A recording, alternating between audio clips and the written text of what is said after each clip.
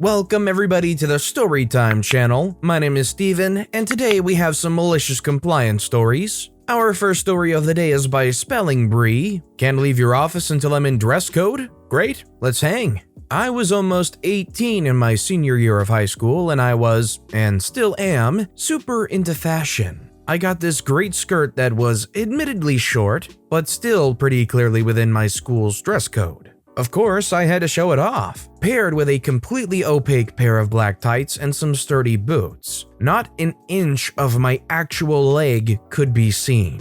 I stepped out of the car as my dad dropped me off and stopped to straighten my skirt. The closest administrator, gonna call her Miss Bell, took this for me trying to make an inappropriate skirt passable enough to walk by her to my first class, and she wasn't having it. She immediately, and not very nicely, told me I had to go change into scrub pants and provided a place we had called the Choice Center, which was also where kids who misbehave get sent for in-school suspension or detention, and it's called that because it's where you go to deal with the consequences of your choices. I asked how it was out of dress code and demonstrated that it was the right length. She refused to elaborate and threatened to write me up if I didn't get going.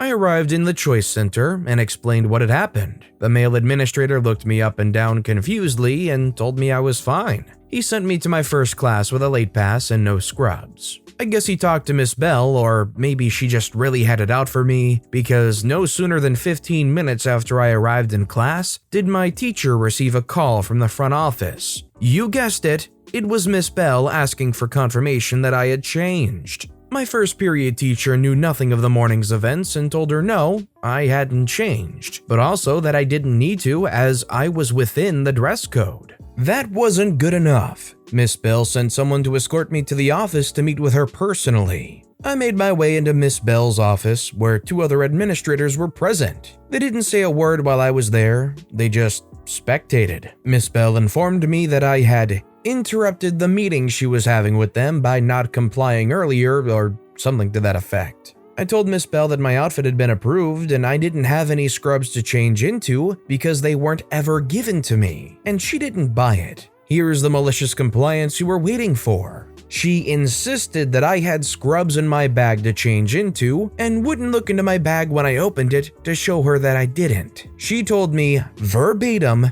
to take off that skirt, put on the scrubs from your bag, and give me the skirt for safekeeping so I know you don't put it back on like you must have already. She told me I was wasting her time.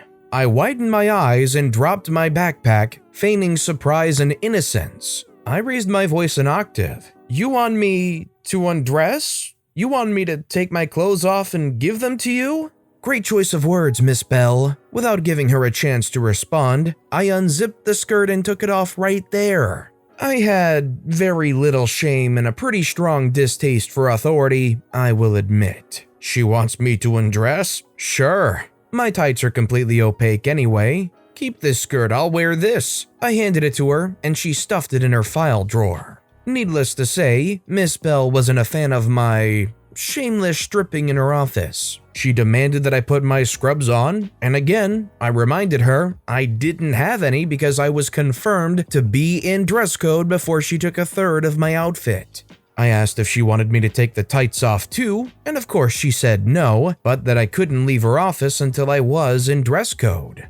One of the other administrators had excused himself as I started to undress before, so I plopped right down in his chair. I can't leave until I'm in dress code, which you took me out of? Sounds like an easy first period. Great, then I'll be on my way as soon as I get that skirt. Unless you want me to walk out of here and let them know you would rather I wear this. I got my skirt back eventually. On my way back to class, the secretary, the only personable administrator, told me it was cute. If you go to school or when you were going to school, would this kind of thing have been allowed to have happened with your school's administration? Let me know in the comments down below.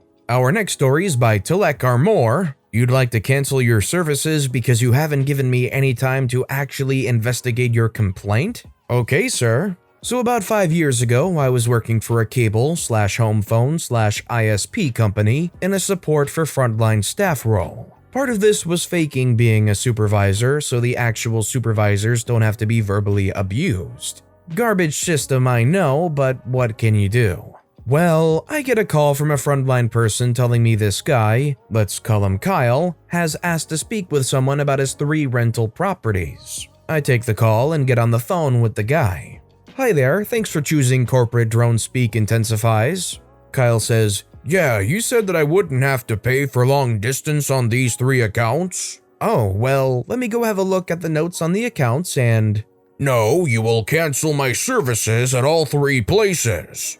I just need to look at the notes written on your account to… No, you won't. If this is the service you are providing, just cancel them all. Begin malicious compliance. I need to make sure he is in fact the guy who can cancel these services at all 3 accounts. I ask him when he would like the services to stop. Why are you still asking me these things? Immediately. Okay, sir. I just want to make sure you are asking me to cancel all services, phone, cable, and internet.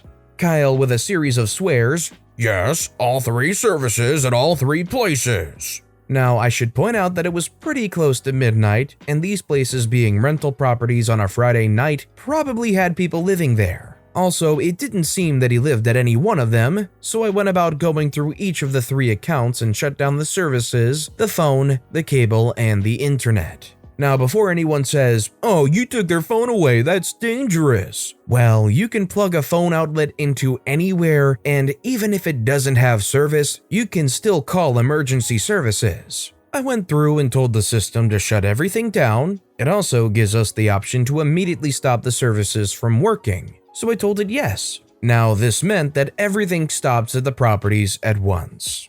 Everything immediately. Watching TV? Not anymore. Looking at memes? Nope.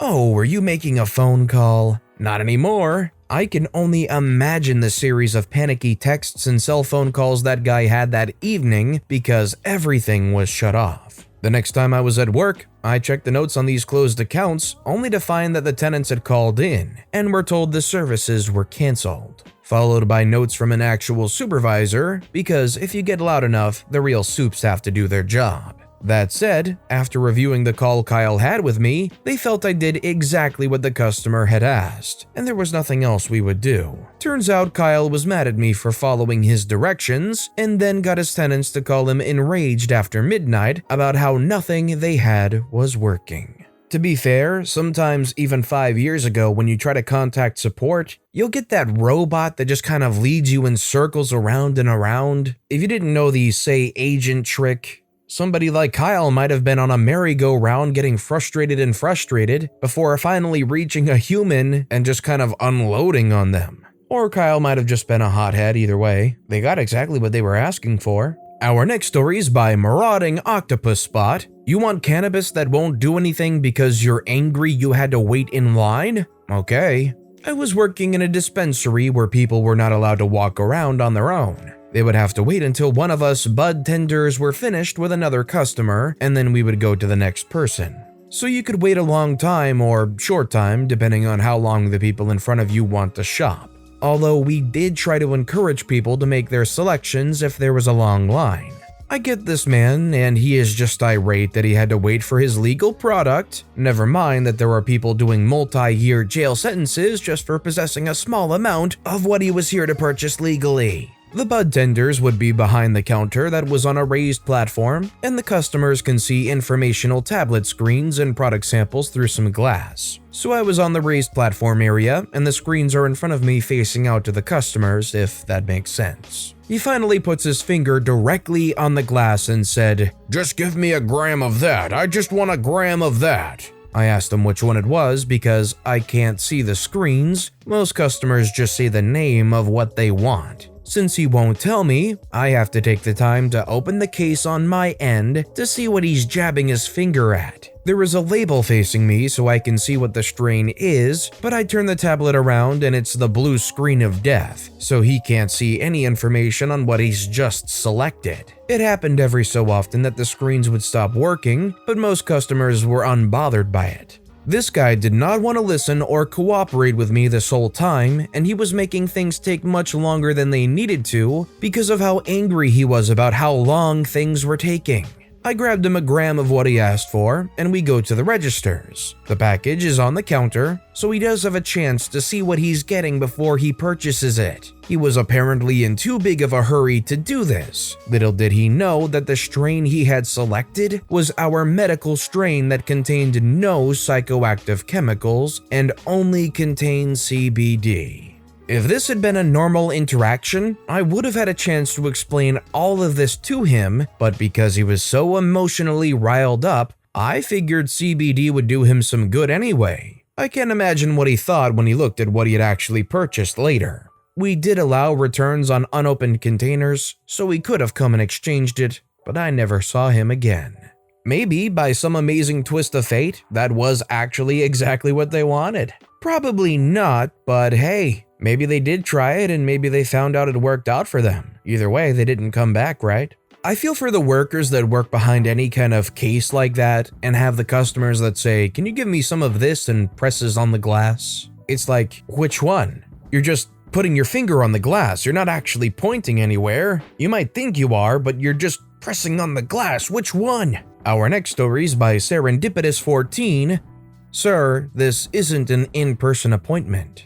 Today, my father had an appointment scheduled with one of his doctors, and that appointment was going to be done over the phone. He absolutely hates that the majority of his appointments now are no longer done in person, as he's a social butterfly and loves his small talk. So he got the bright idea that he would go to the hospital where his doctor works, and where the appointment would normally be, and pretend he made a mistake.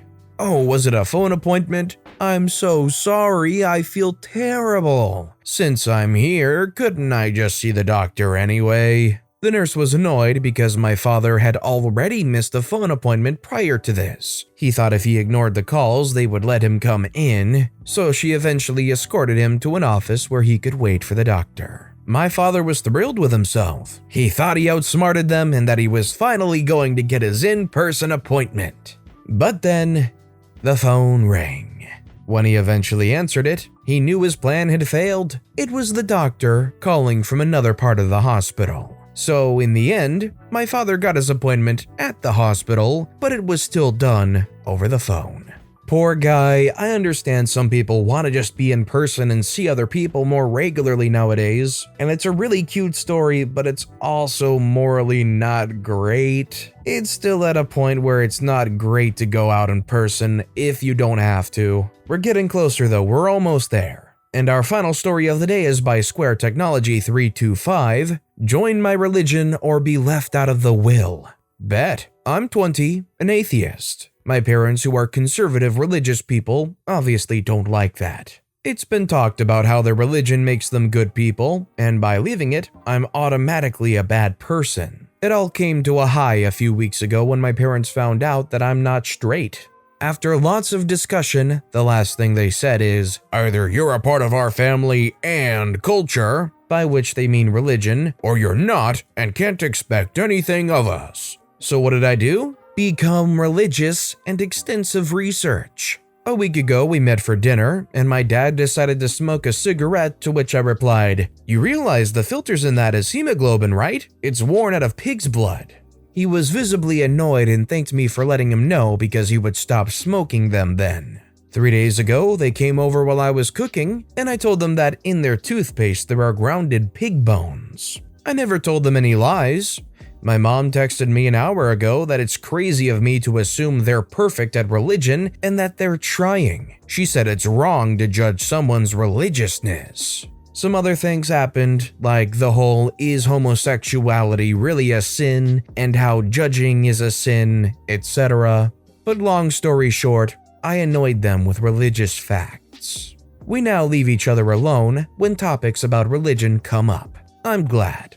I definitely feel for OP. Topics of religion and not following the same religion in a family circle, it can get pretty messy when some are very devoted to that kind of thing. Although it wasn't the cleanest way to arrive at that resolution, but obviously the best way to handle it is just to not judge somebody, and although they don't believe the same things that you do, not demonize them over that. But with that being said, that's all the time we have for today. So if you have a favorite story of the day, let me know which story and why in the comments down below. But besides that, if you enjoyed the video, please consider giving it a like, and if you haven't, subscribe and turn notifications on so you'll never miss an upcoming video. No matter what you do, whether it's just viewing the video, liking, subscribing, turning notifications on, I appreciate the heck out of it. Every little thing that you do helps the channel grow that much more, and I can't thank you enough for it. So, until next time, I hope you all have a wonderful day, and I'll be right here next time on the Storytime channel.